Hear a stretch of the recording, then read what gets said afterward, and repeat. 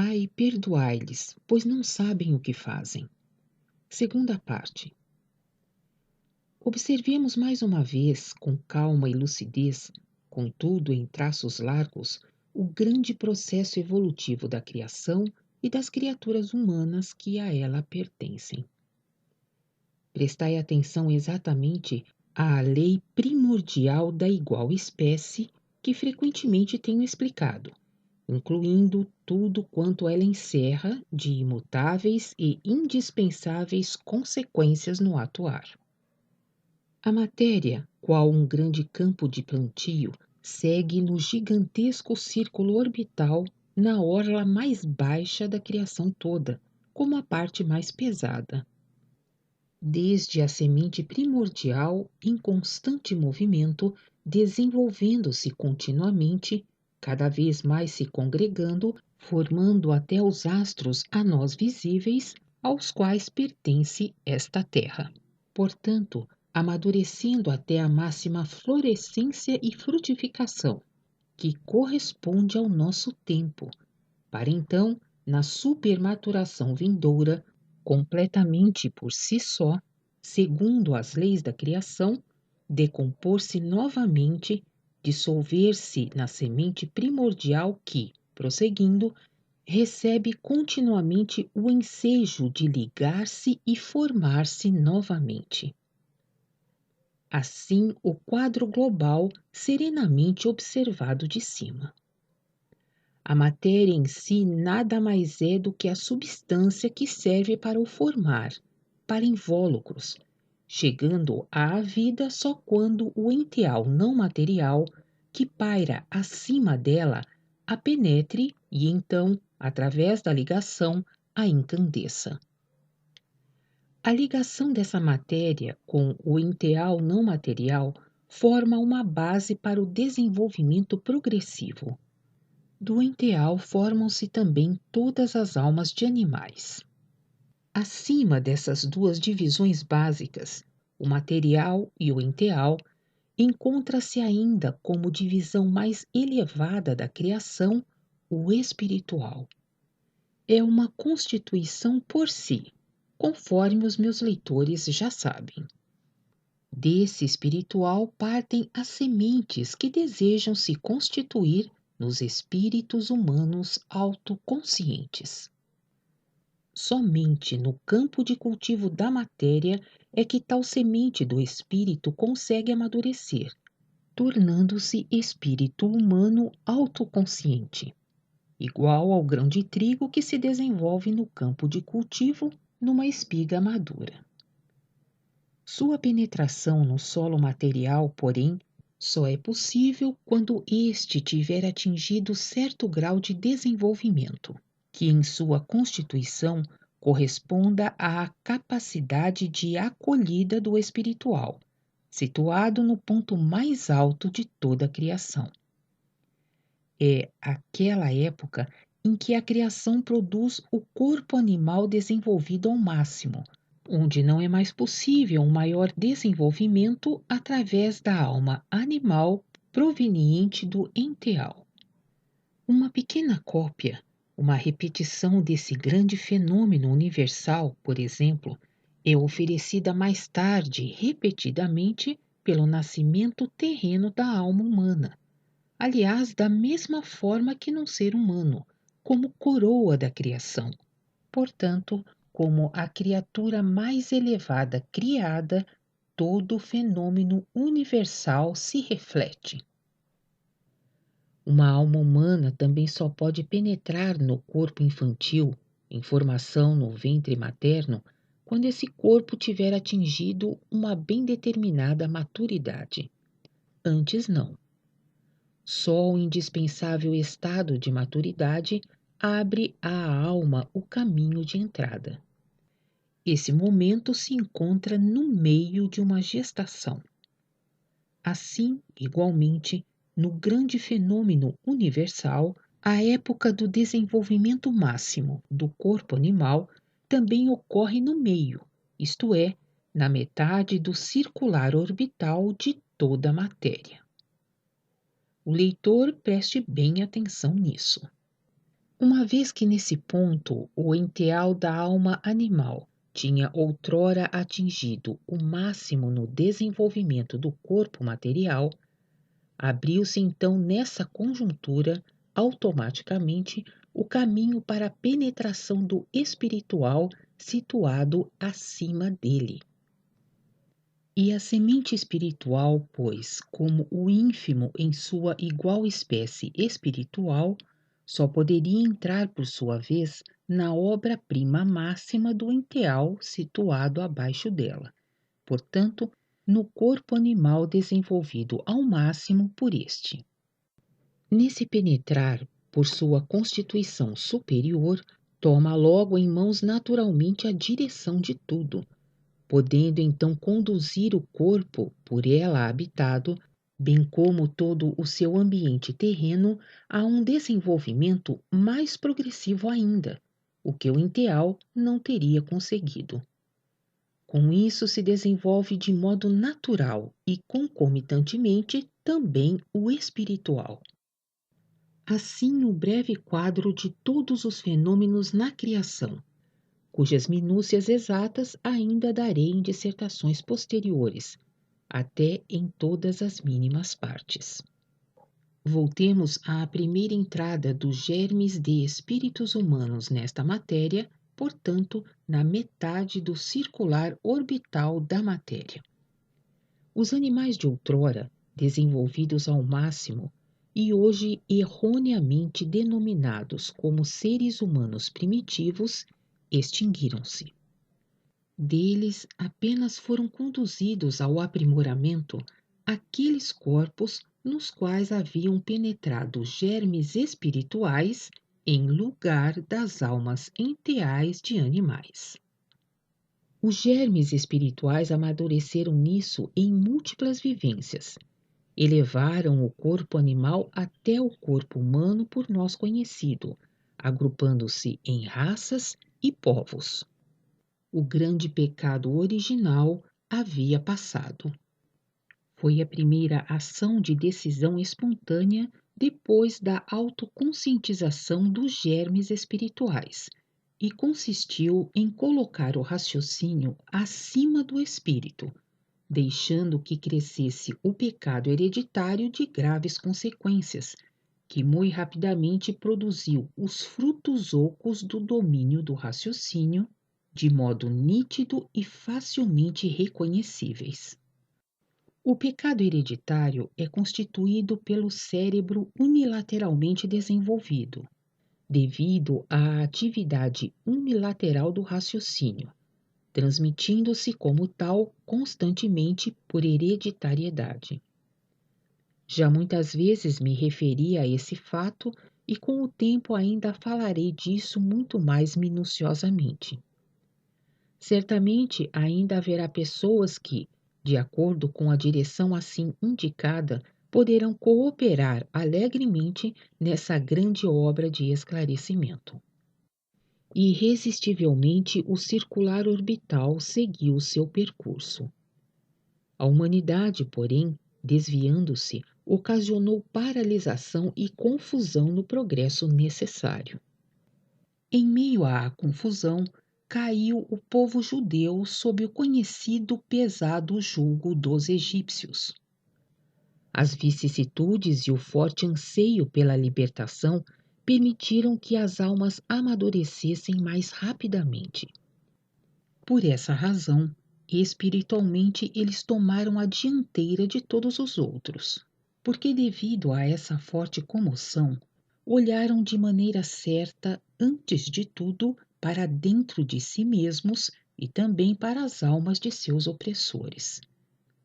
Depois de intuírem com clareza que tudo quanto é terrenal, e mesmo a mais aguçada inteligência do raciocínio, não podiam mais ajudar, com o que reconheceram igualmente o vazio de suas almas, aprenderam os olhos espirituais a ver com mais nitidez, e lentamente surgiu por fim um conceito da divindade propriamente mais verdadeiro e elevado do que até então tinham tido. E as orações, perpassadas pela dor elevaram-se novamente com mais intensidade às alturas. Através disso, o povo judeu pôde tornar-se o povo convocado, aquele que se encontrava espiritualmente na dianteira dos demais durante algum tempo, por haver tido uma concepção a mais pura até então do conceito da divindade, tanto quanto era possível naquele tempo, dado o grau de maturidade da alma humana. Maturidade espiritual não deve ser confundida com o saber aprendido. Deveis sempre lembrar-vos de que cheio de espírito equivale a cheio de coração. A máxima maturidade espiritual de outrora dos judeus, pois, capacitara-os também a receber por intermédio de Moisés a vontade clara de Deus sob a forma de leis, que significavam o maior tesouro para o desenvolvimento progressivo, proporcionando o melhor e o mais forte apoio. Como o fenômeno universal, de maneira bem natural, somente se concentrará sempre no lugar de maior maturação, assim ele se reuniu outrora, pouco a pouco, nesse povo humano judeu, que espiritualmente amadurecia cada vez mais. Mas aqui, por sua vez, o fenômeno universal não deve ser confundido com a história mundial terrestre, que se acha muito distante do fenômeno universal propriamente, transmitindo, no mais das vezes, apenas os efeitos do livre-arbítrio do espírito humano, tantas vezes aplicado erradamente e o qual sempre lança somente muitas pedras no verdadeiro fenômeno, produzindo com isso muitas vezes torções transitórias e confusões terrestres. O povo judeu achava-se, naquele tempo, na dianteira dos demais em seu culto religioso, e com isso também mais próximo da verdade em suas concepções.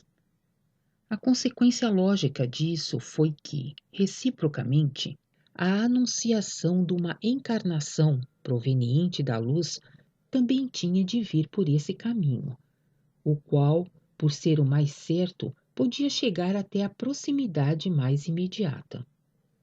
Os outros caminhos, devido à sua maior distância da verdade, não podiam estar livres para tais possibilidades, porque se perderam em erros.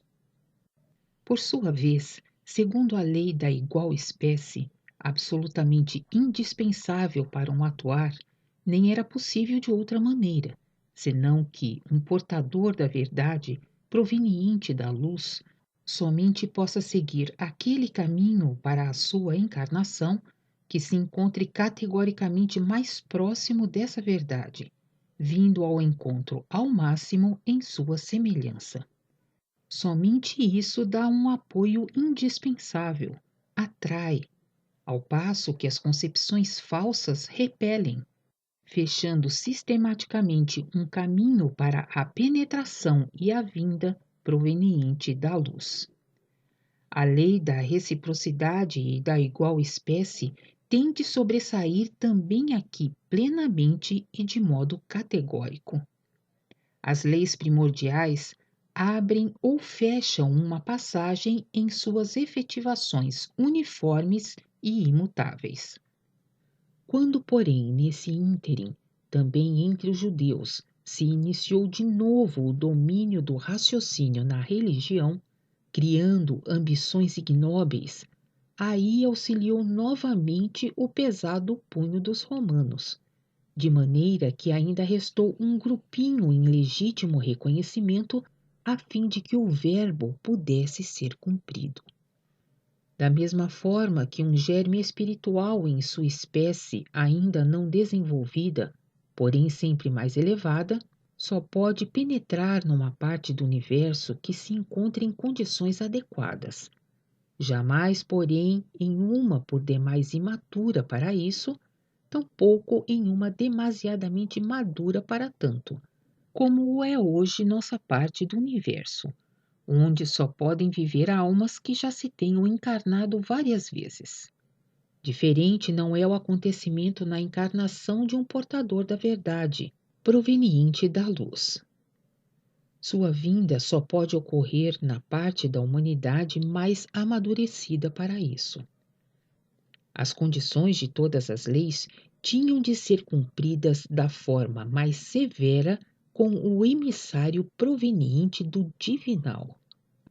Só poderia ter sido encarnado, portanto, naquelas concepções que se aproximassem ao máximo da verdade. Assim como o germe espiritual só pode penetrar na matéria depois que o enteal atingiu seu ponto supremo no atuar, onde, sem o penetrar do germe espiritual, ocorreria uma estagnação e, com isso, um retrocesso. Da mesma forma, foi atingido antes da vinda de Cristo um ponto aqui na matéria em que o espiritual, na perdição pelo pecado hereditário, não podia progredir mais. O livre-arbítrio que reside no espiritual, ao invés de favorecer tudo quanto já existia, havia impedido o desenvolvimento em direção ao alto, desejado na criação, dirigindo todas as suas faculdades pelo soerguimento do raciocínio unilateralmente só para o que é material. O enteal, sem a posse do livre-arbítrio, havia realizado com acerto, muito naturalmente, o desenvolvimento da criação, portanto, segundo a divina vontade do Criador. O espiritual, no entanto, com o seu livre-arbítrio, tornara-se incapaz para isso pelo pecado original, trazendo somente confusão e demora no desenvolvimento progressivo da matéria. A utilização errada do poder a ele outorgado para dirigir a força divina da criação como indispensável progresso na matéria amadurecida teve até de levar à queda, ao invés de ao desenvolvimento máximo. Através do pecado original, o espírito humano impediu de modo violento toda a verdadeira evolução progressiva, pois conquistas técnicas terrenas não são progresso algum propriamente no sentido do fenômeno universal desejado por Deus.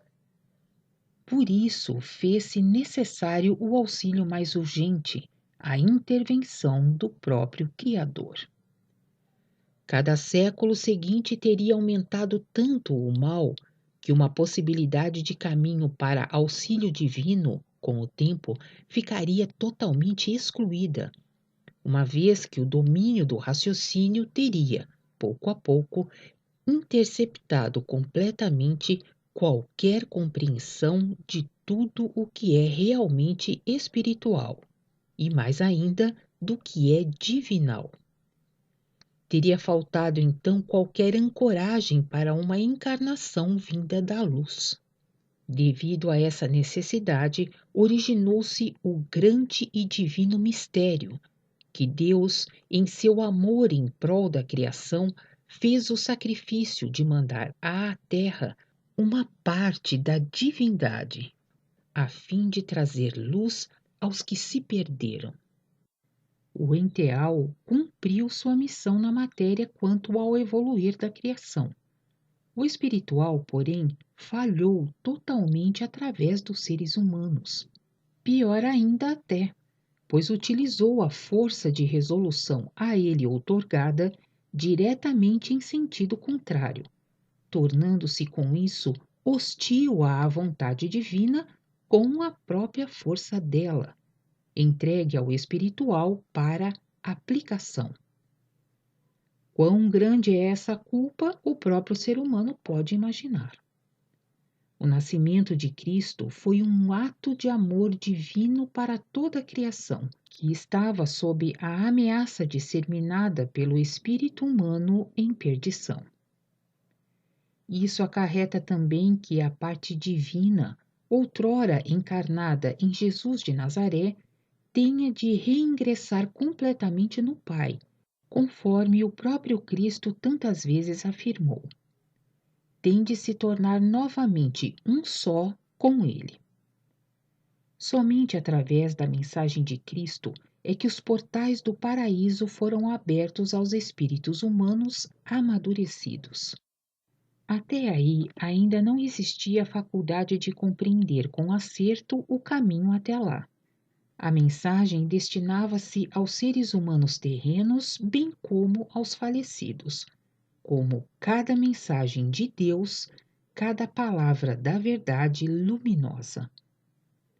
As criaturas humanas ouviram nela, após a severidade das leis, também de um amor, que até então ainda não tinham podido compreender, mas que deveriam de então por diante desenvolver em si. As leis, contudo, não foram derrubadas por essa mensagem de amor, pelo contrário, apenas especificadas. Deveriam permanecer como base firme cujos efeitos encerravam tal amor. Sobre essa palavra do Filho de Deus, procurou-se também edificar mais tarde, mas no início da minha dissertação já apontei quais os erros que aí se originaram devido a inúmeras falsas pressuposições. Contemplemos mais uma vez a história cristã. Daí se podem tirar as melhores lições, e com isso, como por meio de um facho de luz, iluminar todas as religiões. Por toda parte encontramos os mesmos erros. Cada um dos pequenos e grandes portadores da verdade, sem exceção, teve de sofrer sob escárnio e zombaria, bem como perseguições e ataques dos queridos semelhantes, os quais, como também ainda hoje, sempre se julgavam demasiadamente inteligentes e sábios para aceitar, através dos enviados de seu Criador, a explicação da vontade dele, principalmente tendo em vista que esses enviados, de fato, jamais vieram das escolas superiores dessa humanidade. Continua na terceira parte.